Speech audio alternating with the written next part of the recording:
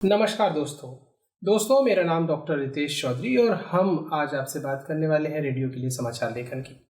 दोस्तों हम सभी जानते हैं हिंदी के एक प्रसिद्ध कवि हुए हैं और वो पत्रकार भी थे, रघुवीर सहाय।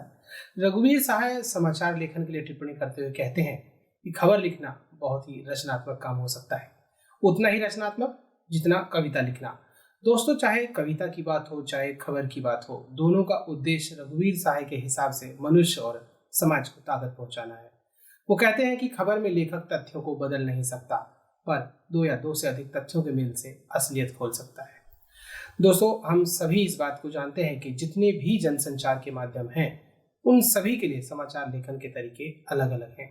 चाहे बात रेडियो की हो, समाचार पत्र की हो या टेलीविजन माध्यम की। हम सभी इस बात को जानते हैं कि रेडियो क्योंकि एक सुने जाने वाला माध्यम है, इसलिए इसकी जो समाचार लेखन की शैली है अन्यत्र सभी माध्यमों से थोड़ी सी अलग है। रेडियो को एक रेखीय माध्यम माना जाता है। उसकी वजह है कि यहाँ सारा माहौल ध्वनि, शब्दों और स्वरों के प्रभाव से उत्पन्न होता है। रेडियो को एक ऐसा माध्यम माना गया है जहाँ सिर्फ शब्दों और आवाज से ही सब कुछ पैदा होता है। दोस्तों, रेडियो के अंदर आने वाले बुलेटिन जो समाचार हैं, उनके अंदर जो मुख्य काम है वो श्रोताओं को समाज से संबंधित खबरों को देना होता है।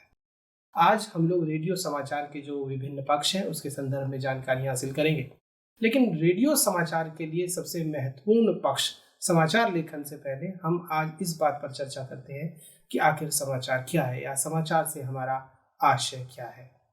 दोस्तों, दुनिया में कहीं भी किसी भी समय कोई छोटी मोटी घटना अथवा कोई परिवर्तन होता है, उसका शब्दों में जो वर्णन होगा उसे समाचार अथवा खबर कहते हैं। यह इसकी एक सामान्य परिभाषा है, या हम यूं कह सकते हैं कि समाचार प्रायः वह उत्तेजक सूचना है जिसमें कोई व्यक्ति संतोष अथवा उत्तेजना प्राप्त करता है। इसके अलावा एक अन्य परिभाषा के हिसाब से पर्याप्त संख्या में मनुष्य जिसे जानना चाहते हैं वह समाचार है। शर्त यह है कि वह सुरुचि तथा प्रतिष्ठा के नियमों का उल्लंघन न करे। दोस्तों, यहाँ एक बहुत महत्वपूर्ण बात है कि जिसमें अधिकाधिक लोगों की रुचि हो वह समाचार है।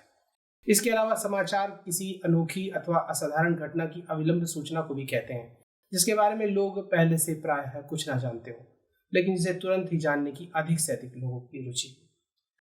जो समाचार है उसे हम पत्रकारिता का प्राण तत्व कहते हैं। पत्रकारिता का प्राण तत्व होना आवश्यक है और वह समाचार इसलिए है क्योंकि पत्रकारिता में हम विभिन्न पहलुओं की जानकारी हासिल करके समाज के उस व्यक्ति तक पहुंचाते हैं जिसकी उसे पिपासा है।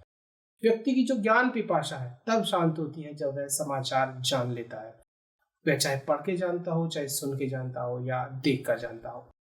आज प्रातःकालीन नित्य क्रिया का एक अभिन्न अंग नवीन समाचारों की जानकारी पाना हो गया है, क्योंकि यह आधुनिक जीवन का एक हिस्सा बन गया है। दोस्तों, आज ये एक अनिवार्यता है और इसमें अधिकांश लोगों की रुचि है। पहले ऐसा होता था कि अगर हमारे घर परिवारों के कई व्यक्ति आपस में मुलाकात करते हैं, मिलते हैं, तो उनकी जो वार्तालाप का विषय होता था वो या तो धार्मिक चर्चाएं होती थी या परिवार तक सीमित होती थी। अपने परिवार के अंदर कब किसके साथ क्या हो रहा है, कौन नौकरी कर रहा है, किसका विवाह होने वाला है, ऐसी संबंधित सूचनाएं होती थी। लेकिन अगर आज आप अपने मोहल्ले, पड़ोस, आसपास के समाज में देखते हैं, जब दो लोग आपस में मिलकर बैठकर बात करते हैं तो उनकी चर्चाएं अब घर परिवार से बाहर अपने अड़ोस पड़ोस, अपने समाज, अपने देश तथा विदेश से संबंधित समाचारों पर टीका टिप्पणी से शुरू होती है। दोस्तों, समाचार किसी ताजा घटना, विचार या समस्या की रिपोर्ट है जिसमें अधिक से अधिक लोगों की रुचि होती है।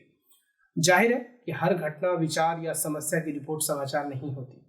किसी घटना, विचार, समस्या के समाचार बनने के लिए कुछ शर्तें हैं, जिनमें से सभी या कुछ शर्तों को अगर पूरा कर दें तो वह समाचार बन जाता है। लेकिन अगर इनमें से हम कुछ शर्तों को भी पूरा नहीं करते तो वे समाचार नहीं बन सकती। देखिए, जो सबसे पहली शर्त है, उस शर्त में चीज जो शामिल है वह है नवीनता। कोई भी बात जो नवीन हो, नई हो, वह समाचार के लिए एक आवश्यक शर्त है। अर्थात हम कहते भी हैं कि प्रकृति का श्रृंगार करेंगे कभी न बासी फूलों से। प्रकृति को जिस तरह से ताजे फूलों से सजाया जाता है, समाचार के लिए भी नवीनता वाले जो कारक हैं उनको शामिल करके ही समाचार बनाया जाता है। इसका अर्थ यह है कि किसी भी स्थिति में कोई बदलाव हुआ हो या होने की संभावना हो तो वह समाचार का विषय है। दूसरे, उसका प्रभाव अधिक से अधिक लोगों पर पड़ रहा हो।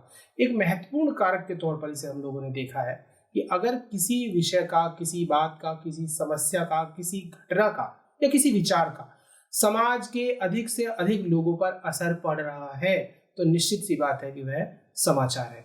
जब अधिक से अधिक लोगों पर असर होगा या पढ़ने की संभावना होगी, देखिए असर पढ़ना या पढ़ने की संभावना दोनों ही महत्वपूर्ण पहलू हैं, उतना ही महत्वपूर्ण होगा जितना कि हम लोगों ने पहले कारक को माना था। और तीसरा, वह घटना, विचार, समस्या हमारे जो श्रोता है उनसे भौगोलिक या सांस्कृतिक रूप से जितना नजदीक होगी उसके समाचार बनने की उतनी ही संभावनाएं अधिक बढ़ जाती हैं। दोस्तों, हम ग्लोबल से ग्लोकल की ओर बढ़ रहे हैं। आज हम चाहे रेडियो की बात करें, चाहे अन्य माध्यमों की, उनमें हम अंतर्राष्ट्रीय समाचारों से चलकर अपने जो आस पड़ोस के मोहल्ले गली के समाचार हैं उनमें भी जानने में हमारी दिलचस्पी रहती है। ऐसे में अगर हम एक उदाहरण लें कि दिल्ली से प्रकाशित किसी समाचार पत्र के लिए दक्षिण भारत में हुई किसी घटना की तुलना में दिल्ली में कोई अगर घटना हो रही है तो वह ज़्यादा समाचारीय है वहाँ के लोगों के लिए। इसलिए जो भौगोलिक परिवेश है, जो भौगोलिक परिस्थितियाँ हैं, उस समाचार के एक महत्वपूर्ण कारक के तौर पर देखी जाती है। इसी तरह समाचार के कुछ अन्य कारक भी हैं जो बहुत महत्वपूर्ण हैं, जिनके जरिए हम किसी के लिए भी समाचार निर्माण करते समय उनका ध्यान रखकर समाचार का निर्माण कर सकते हैं। इन कारकों में सर्वप्रथम जन रुचि है। अगर जन रुचि नहीं है तो वह समाचार नहीं है। सर्वप्रथम हमें ये देखना होता है कि किन विषयों में समाज की, समाज के लोगों की, समाज में व्याप्त जो वो लोग हैं जो खबरों के प्रति अपना रुझान रखते हैं, उनकी रुचि है। ऐसे विषयों को हमें समाचार में शामिल करना होता है। दूसरा महत्वपूर्ण व्यक्ति है अनोखापन। अनोखापन होने के साथ साथ हमें ये भी देखना होता है कि व्यक्ति जो खास है समाज के, उनके साथ किसी तरह की कोई स्थिति उत्पन्न हो रही है, उनके साथ की कोई घटना है, कोई उनके साथ टकराव है, उसे भी हम एक प्रमुख कारक के तौर पर देखते हैं। श्रोताओं की जिन भी विषयों में रुचि है, चाहे वह सिनेमा से जुड़ी हुई हो, चाहे वह अपराध से जुड़ी हुई हो, या वह समाज की, राजनीति की किसी भी विषय से जुड़ी हुई घटनाएं हो, वो सारी की सारी चीजें कहीं ना कहीं समाचार बनती हैं। बहुत सारे ऐसे श्रोता होते हैं जो खेल, व्यापार, मनोरंजन, इन सब से जुड़े हुए पहलुओं पर अपनी दिलचस्पी रखते हैं, उनसे ताजी घटनाएं जानना चाहते हैं, तो वो निश्चित ही समाज के अंदर समाचार का हिस्सा बनती है। दोस्तों, कुछ अनोखी या असामान्य घटनाएं भी होती हैं। कुछ अनोखी या असामान्य घटनाएं या ऐसे विचार समाचार बन सकते हैं जिनमें लोग जानना चाहते हो। समाचार की एक परिभाषा यह भी दी जाती है कि जब कुत्ता आदमी को काट ले तो खबर नहीं है, लेकिन जब आदमी कुत्ते को काट ले तो यह समाचार है। अपने आप में महत्वपूर्ण हो जाता है अगर कोई सामान्य कुत्ता किसी बड़े व्यक्ति को काट लेता है, क्योंकि हमने जैसे पहले बताया कि जो प्रतिष्ठित समाज के व्यक्ति हैं उनके साथ होने वाली घटनाएं महत्वपूर्ण हो जाती हैं। तो अगर कोई कुत्ता किसी प्रतिष्ठित व्यक्ति को काट लेता है तो सामान्य रूप से वह भी खबर बन सकती है। इसी तरह एक और उक्ति यह है कि अगर सब कुछ ठीक है तो खबर नहीं है, लेकिन अगर कुछ गड़बड़ है तो वह खबर जरूर है। दोस्तों, हम कहते हैं कि हरि अनंत, हरि कथा अनंता। समाचारों की अपनी जो परिभाषा है बहुत व्यापक है, उसके अंदर बहुत कुछ समाहित होने की संभावनाएं हमेशा ही बनी रहती हैं। हमने बताया कि महत्वपूर्ण व्यक्ति के साथ होने वाली छोटी मोटी घटनाएं भी खबर बन जाती हैं, क्योंकि जो समाज के लोग हैं, जो श्रोता हैं, उनकी उसमें गहरी रुचि होती है। श्रोताओं की रुचि होने के कारण ही हम उन्हें समाचारों का हिस्सा बनाते हैं। दोस्तों, रेडियो क्योंकि एक सुने जाने वाला माध्यम है, इसलिए हम ये जानते हैं कि जो उसके समाचार हैं वह हर उस व्यक्ति के लिए होंगे जो साक्षर है या निरक्षर है। रेडियो के समाचार लिखते समय हमें इस बात का ख्याल रखना चाहिए कि वह विशाल समुदाय के लिए लिखा जा रहा है, जिसमें एक पढ़े लिखे विद्वान से लेकर कम पढ़े लिखे लोग सभी तरह के शामिल हैं। इसलिए उसकी जो लेखन शैली होगी, जो उसकी भाषा होगी, और गूढ़ से गूढ़ विषय की प्रस्तुति हमें सहज, सरल और रोचक ढंग से करनी होगी, क्योंकि जब हम गूढ़ से गूढ़ विषय की प्रस्तुति सहज, सरल और रोचक ढंग से करेंगे तो निश्चित ही वह हर व्यक्ति की समझ में आ जाएगी। दोस्तों, रेडियो पर यदि कोई व्यक्ति समाचार सुन रहा है तो तथ्यों की समझ के लिए उसकी एकाग्रता अति आवश्यकता है। अगर तथ्यों की समझ उसे कहीं ना कहीं परेशानी में डाल रही है तो उसकी एकाग्रता भंग होगी और वो समाचार सुनकर या रेडियो को बंद करके बाहर जा सकता है। इसलिए समाचार लेखन करते समय इस बात का ख्याल रखा जाना अति आवश्यक है कि किसी भी तरह के जो भ्रामक तथ्य हैं उनको समाचारों में शामिल न किया जाए। यह बात भी अति महत्वपूर्ण है कि रेडियो में पीछे लौटकर सुनने की व्यवस्था नहीं होती। दोस्तों देखिए, एक व्यक्ति अखबार पढ़ रहा है और अखबार पढ़ते वक्त वह क्या कर सकता है कि अगर उसे कोई सेंटेंस या कोई वाक्य समझ में नहीं आता है तो वह पुनः उस वाक्य को पढ़ सकता है, या अगर किसी शब्द का अर्थ समझ नहीं आता है तो वह शब्दकोश का सहारा लेकर उस वाक्य को पढ़ समझ सकता है, उस शब्द को समझ सकता है। लेकिन रेडियो में ऐसी कोई व्यवस्था नहीं है। रेडियो का वाला व्यक्ति अगर किसी गूढ़ से गूढ़ शब्द का अर्थ निकालने के लिए अगर शब्दकोश का सहारा लेता है तो निश्चित ही उसके लिए परेशानी का सबब होगा, ऐसे में समाचार छूट जाएगा। अब क्योंकि समाचार पत्र के पास जो पाठक है उसके पास रुककर किसी भी शब्द का अर्थ जानने का समय है, लेकिन रेडियो के श्रोता के पास ऐसी कोई संभावनाएं नहीं होती हैं कि वह किसी शब्द का अगर अर्थ समझेगा तो एक शब्द को उसको निकाले, उसका सहारा ले। तो अगर ऐसा करता है तो उसके लिए जो समाचार है वो अर्थहीन हो जाएगा, क्योंकि जब तक शब्द को से शब्द का अर्थ खोजने में लगेगा तब तक समाचार आगे बढ़ चुका होगा। इसलिए समाचार का लेखन करते समय हमेशा हमें ऐसा एक प्रयोग करना चाहिए, ऐसी कोशिश करनी चाहिए कि जो समाज में प्रचलित शब्द हैं उनका सहारा लेना चाहिए। साथ ही साथ हमेशा इस बात को ध्यान रखना होगा कि सहज और सरल शब्दों के सारे काम चलाना होगा। अब हम बात करते हैं समाचार की जो संरचना है, उसका जो ढांचा है वह किस तरह का होगा। दोस्तों, समाचार की जो संरचना के दृष्टिकोण से देखें तो रेडियो माध्यम में हमेशा ही जो एक उल्टा पिरामिड शैली यानी कि जो इन्वर्ट पिरामिड मेथड है उसको अपनाया जाता है। अब ये उल्टा पिरामिड शैली को समाचार लेखन की सबसे प्रचलित, प्रभावी और लोकप्रिय शैली माना गया है।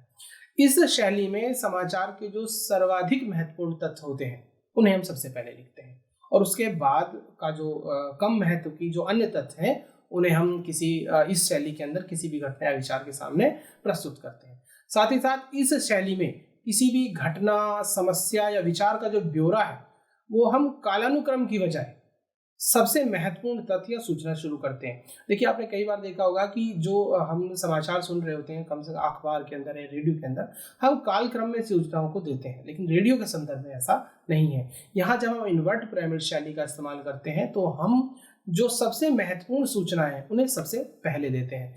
इसलिए इसमें ये होता है कि जो क्लाइमैक्स है वो समाचार के अंत में नहीं बल्कि समाचार की शुरुआत में ही आ जाता है। दोस्तों, जो ये इन्वर्ट पिरामिड शैली है इसमें कोई निष्कर्ष भी नहीं होता। इस उल्टा पिरामिड शैली में किसी समाचार को हम सामान्य तौर पर 3 हिस्सों में विभक्त कर सकते हैं। हम जब इन्वर्ट पिरामिड शैली का इस्तेमाल करते हुए समाचार लिखते हैं तो उसके 3 हिस्से हुए। इंट्रो पहला हिस्सा, दूसरा हिस्सा बॉडी और तीसरा हिस्सा समापन। इंट्रो जो है वो समाचार के मूल तत्व को हम उसके अंदर पढ़ते हैं या लोगों को बताते हैं। समाचार के मूल तत्व को जो इंट्रो की शुरुआत है उसमें 3-4 पंक्तियों में बताया जाता है। किसी भी समाचार का जो सबसे अहम हिस्सा होता है वह इंट्रो ही होता है, इसलिए उसे किसी भी हालत में 35 से 50 शब्दों से अधिक का नहीं होना चाहिए। और किसी जो इंट्रो में मुख्यतः हम 6 सवालों का जवाब देने की कोशिश करते हैं, वो है क्या हुआ, किसके साथ हुआ, कहाँ हुआ, कब हुआ, क्यों हुआ और कैसे हुआ। आमतौर पर माना जाता है कि जो एक आदर्श इंट्रो है उसमें सभी 6 ककारों का जवाब देने के बजाय किसी एक इंट्रो को हम प्राथमिकता देते हैं, मतलब हम किसी एक ककार को प्राथमिकता देते हैं और उस ककार के साथ 1-2 अन्य ककार भी दिए जा सकते हैं। देखिए, हम इसको उदाहरण से समझते हैं। इंट्रो भाग का हम उदाहरण पढ़ते हैं। उत्तराखंड में पहाड़ खिसकने से बस क्षतिग्रस्त, मृतकों में 2 पुरुष और 4 बच्चे शामिल। दोस्तों, अब हम इसके बॉडी पार्ट की तरफ बढ़ते हैं। इंट्रो के बाद बॉडी में समाचार के विस्तृत ब्यौरे को घटनाक्रम में जो कम महत्व के क्रम है उसमें लिखते हैं, पढ़ते हैं और सुनाते हैं। किसी भी समाचार लेखन का जो आदर्श नियम है वह यह है कि किसी समाचार को ऐसा लिखा जाना चाहिए जिससे अगर वह किसी भी बिंदु पर समाप्त हो जाए तो उसके बाद के पैराग्राफ में कोई ऐसा तथ्य नहीं रहना चाहिए जो समाचार के बचे हुए हिस्से की तुलना में ज्यादा महत्वपूर्ण हो। अपने किसी भी समापन बिंदु पर समाचार को पूर्ण पठनीय और पूर्ण प्रभावशाली होना चाहिए। समाचार की जो बॉडी में 6 ककारों में से 2 क्यों और कैसे का जवाब देने की कोशिश की जाती है। कोई घटना कैसे हुई और क्यों हुई यह जानने के लिए उसकी जो पृष्ठभूमि है, उसके परिप्रेक्ष्य और उसके व्यापक संदर्भों को खंगालने की कोशिश की जाती है और इसके जरिए ही समाज में जो समाचार का वास्तविक अर्थ है वह सामने आता है और उसके असर को स्पष्ट किया जा सकता है। उदाहरण के लिए हम रेडियो समाचार के बॉडी भाग को समझते हैं। स्टेट डिजास्टर रिलीफ टीम के प्रमुख ने बताया कि लगातार हो रहे हिमपात की वजह से पहाड़ की मिट्टी ढहकर नीचे मार्ग पर आ गई, जिससे 30 यात्रियों को लेकर आ गई बस उसकी चपेट में आ गई। बस पहाड़ से गिरने के वाले मलबे के साथ खाई में जा गई, जिसकी वजह से बस में सवार लोगों में से 2 पुरुष और 4 बच्चों की घटनास्थल पर मौत हो गई। आपातकाल मामलों के मंत्री ने बताया कि हिमपात की सूचना जारी की गई है और सभी यात्रियों को यात्रा न करने की सलाह दी गई है। अब दोस्तों हम समापन की तरफ बढ़ते हैं। जो निष्कर्ष या समापन होता है वो सबसे अंत में आता है, और समाचार का समापन करते समय हमें यह ध्यान रखना चाहिए कि न सिर्फ उस समाचार के प्रमुख तथ्य उसके अंदर आ गए हों, बल्कि समाचार के जो मुखड़ा है और समापन के बीच में एक तारतम्यता होनी चाहिए। समाचार में तथ्यों और उसके विभिन्न पहलुओं को इस तरह से रखा जाता है कि अगर जो कोई भी हमारा श्रोता है वह किसी निर्णय पर या निष्कर्ष पर पहुंच सके। हम एक संपूर्ण उदाहरण से इस पूरे मसले को समझने की कोशिश करते हैं। दोस्तों, समाचार शीर्षक पे हम लोग महाराष्ट्र की एक घटना को लेते हैं जिसमें किसी मकान के ढहने की सूचना है, जिसमें कुछ लोग घायल हैं और कुछ हताहत हैं। अगर समाचार का शीर्षक होगा तो कुछ यूं रंग से लिखा जाएगा, महाराष्ट्र में एक मकान के ढहने से 5 लोग मरे, 10 घायल। अब जब इसका इंट्रो लिखा जाएगा तो इंट्रो में खबर इस तरह से होगी, महाराष्ट्र के झालावाड़ में शनिवार सुबह क्षतिग्रस्त मकान के ढहने से 3 लोगों की मौत हो गई और 4 घायल हो गए।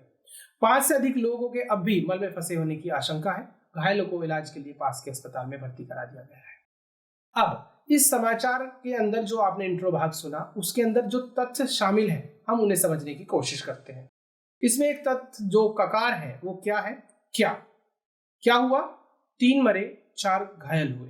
कौन थे वो लोग जिनकी मृत्यु हुई? वो आम नागरिक थे। ये घटनाक्रम कब हुआ? ये शनिवार की सुबह हुआ। कहाँ हुआ? ये झालावाड़ महाराष्ट्र में हुआ। दोस्तों, हमने इन ककारों को इसके अंदर शामिल किया। अब समाचार की अगर हम बॉडी की बात करें तो घटनास्थल पर जो मौजूद प्रत्यक्षदर्शी हैं उन्होंने बताया कि पहले तो क्षतिग्रस्त मकान की दीवार ढही और उसके बाद छत को संभालने वाले खंभे एक एक कर गिरने लगे। नगर निगम के अध्यक्ष का कहना है कि मकान बहुत पुराना हो गया था और उसके खाली करने का नोटिस मकान मालिक को दे दिया गया था। प्रारंभिक जांच से पता चला है कि पिछले दिनों हुई भारी बरसात की वजह से 50 साल पुरानी इमारत की नींव कमजोर हो गई थी। दोस्तों, अब हम इस समाचार का जो बॉडी है उसके अंदर जो शामिल तथ्य हैं, उसके अंदर जो शामिल ककार हैं, उन्हें जानने की कोशिश करते हैं। देखिए, सबसे पहला ककार कैसे, यानी कि जो मकान गिरा वो कैसे गिरा? भारी बारिश की वजह से गिरा। क्यों गिरा? क्योंकि नींव कमजोर हो गई थी। तो उपरोक्त समाचार का जो पहला पैराग्राफ था यानी इंट्रो था, उसमें हमने 4 ककार क्या, कौन, कब और कहां के बाबत जानकारी दी, जबकि उसके बाद के पैराग्राफ में 2 अन्य ककारों जैसे कैसे और क्यों के जरिए दुर्घटना के कारणों पर रोशनी डाली। एक बात और याद रखने की है दोस्तों कि जो समाचार है, आपने भी समाचार के अंदर उस चीज को पाया होगा कि जो सूचना के स्रोत हैं यानी जिससे जानकारी मिली है उसका अवश्य जिक्र करना चाहिए। जैसे हमने उपरोक्त समाचार में प्रत्यक्षदर्शियों और नगर निगम के जो अध्यक्ष हैं उनका जिक्र किया। प्रत्यक्षदर्शी आमतौर पर वह व्यक्ति होते हैं जो किसी भी घटनाक्रम के समय में उस स्थान पर जहां वह घटना हो रही है उस पर मौजूद होते हैं। इसके इतर उस घटना से संबंधित अन्य लोग जो उसके लिए कहीं जिम्मेदार हो या जिनके पास इस घटना को बताने का आधिकारिक स्वरूप हो कि वो इस घटना को कहने के लिए अधिकारी हैं, तो हमें उनको भी इसके अंदर शामिल करना चाहिए। दोस्तों, रेडियो समाचार लेखन करते समय कुछ ऐसी बातें हैं जिन्हें हमें बहुत ध्यान रखना होता है। दोस्तों, याद रखिए, हमेशा जो वाक्य होंगे वो छोटे छोटे होंगे। एक फॉर्मूला है KISS, keep it short and simple. हमें हमेशा ही छोटे छोटे वाक्यों को लिखना चाहिए, बनाना चाहिए। इससे पढ़ने वाले और समाचार को सुनने वाले दोनों के साथ सरलता रहती है। अन्य महत्वपूर्ण बिंदु जो है वो यह है कि जो जटिल वाक्य हैं उनकी तुलना में हमेशा हमें ये कोशिश करनी चाहिए कि सरल वाक्य की जो संरचना है उसको वरीयता दें। दोस्तों, होता क्या है कि अगर हम जटिल वाक्य का इस्तेमाल करेंगे तो जो हमारे श्रोता हैं उन्हें कहीं ना कहीं परेशानी का सामना करना पड़ सकता है। तीसरा जो महत्वपूर्ण बिंदु है वो यह है कि हमेशा आम बोलचाल की भाषा और शब्दों का इस्तेमाल करें। आम बोलचाल की भाषा मतलब हमारे ऐसे शब्द होने चाहिए जिनका प्रयोग हम रेडियो पर कर रहे हैं और रेडियो के जो श्रोता हैं उनके जनजीवन में उनके आसपास ऐसे शब्द बोले जाते हो। रेडियो के लिए लिखते समय ध्यान रखना चाहिए कि वह बोलचाल की भाषा हो। भाषा ही मुख्य साधन है। यदि भाषा सरल और शुद्ध नहीं है तब समाचार सुनने में दिलचस्पी पैदा नहीं होगी। इसलिए समाचार सुनने में दिलचस्पी पैदा हो इसलिए बहुत जरूरी है कि हम आम बोलचाल के शब्द, वह शब्द जो आम समाज में प्रचलन में है, उनका इस्तेमाल करें। अन्य महत्वपूर्ण बिंदु है कि गैर जरूरी शब्दों का जो इस्तेमाल है उससे हमें बचना चाहिए। दोस्तों कई बार हम ऐसे शब्दों का इस्तेमाल कर देते हैं जो ना भी करें तो काम चल सकता है, तो हमें इसका ख्याल रखना चाहिए। साथ ही साथ शब्दों को उनके वास्तविक अर्थ समझकर ही प्रयोग करना चाहिए। कई बार हम शब्दों के पर्यायवाची, ऐसे पर्यायवाची का इस्तेमाल कर देते हैं जो खास तौर पर उस समाचार में, उस स्वरूप में, उस रूप में हमारे सामने उस अर्थ में नहीं आ पाते हैं जिनकी हमें अपेक्षा होती है। इसलिए हम शब्दों को उनके वास्तविक अर्थ के साथ समझकर ही प्रयोग करें। रेडियो केवल भाषा बोली का माध्यम है, यह शब्दों द्वारा किसी वस्तु स्थिति का वर्णन कर सकता है।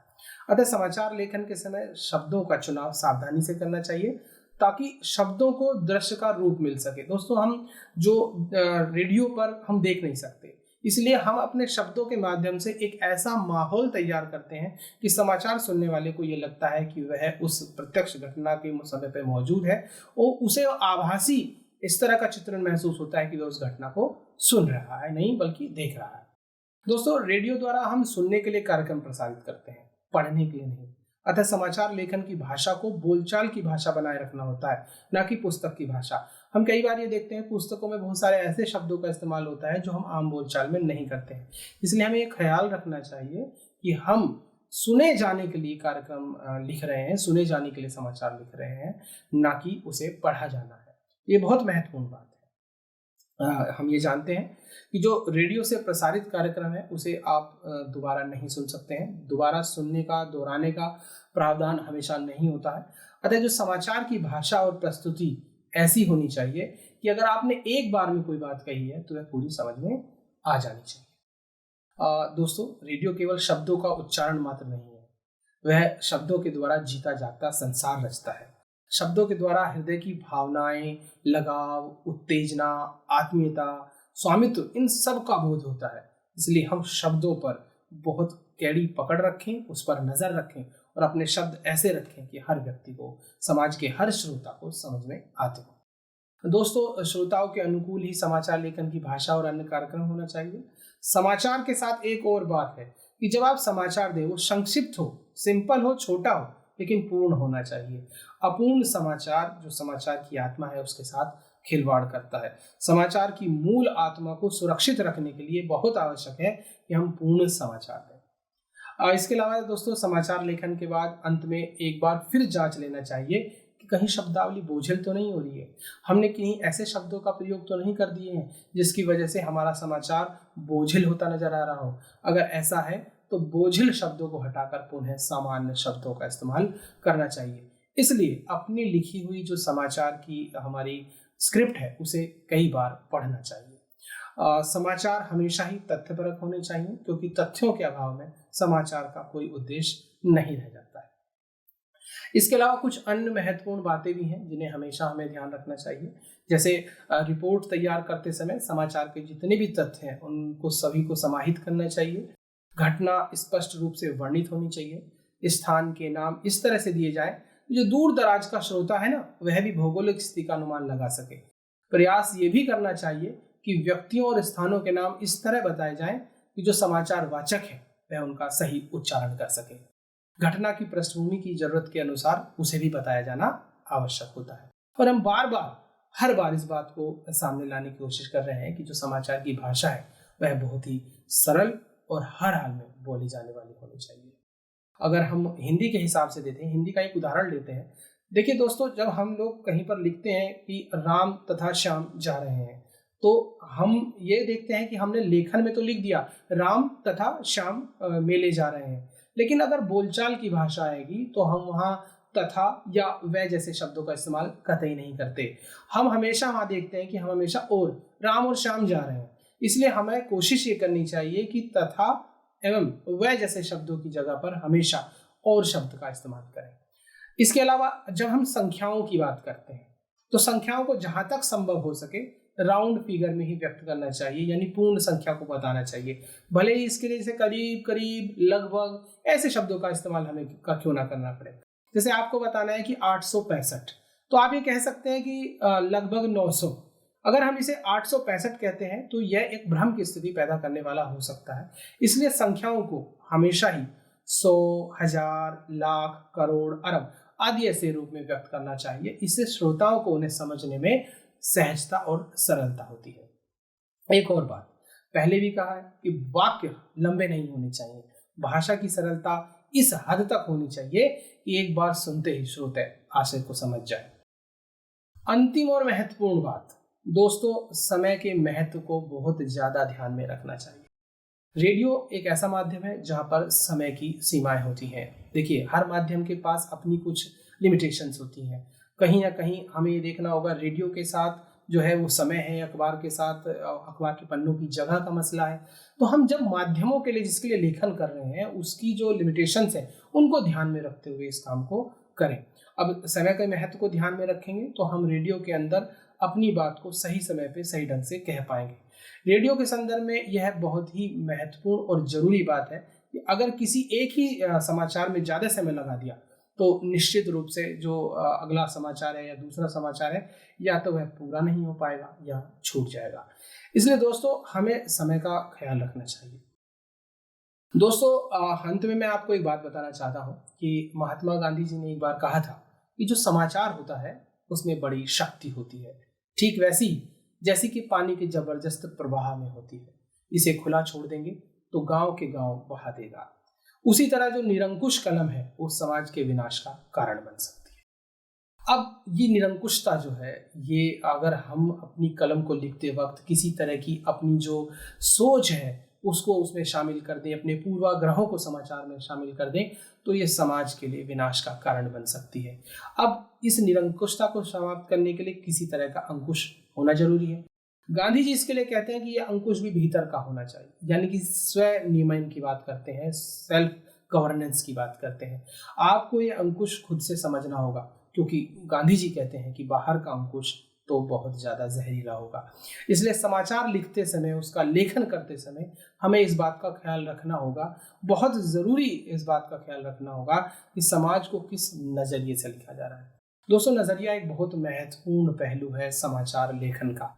अगर हम समाचार लेखन के अंदर किसी नकारात्मक नजरिए को डाल देंगे या अपने पूर्वाग्रहों से किसी तरह की उपजी सोच वाले नजरिए को उस समाचार में डालेंगे तो जो समाचार की मूल आत्मा है उसके साथ खिलवाड़ होगा, समाचार की आत्मा मर जाएगी। इसलिए हम नजरिए का ख्याल रखें, क्योंकि नजरिया बहुत महत्वपूर्ण चीज है समाचार की आत्मा के लिए, समाचार के लिए। धन्यवाद।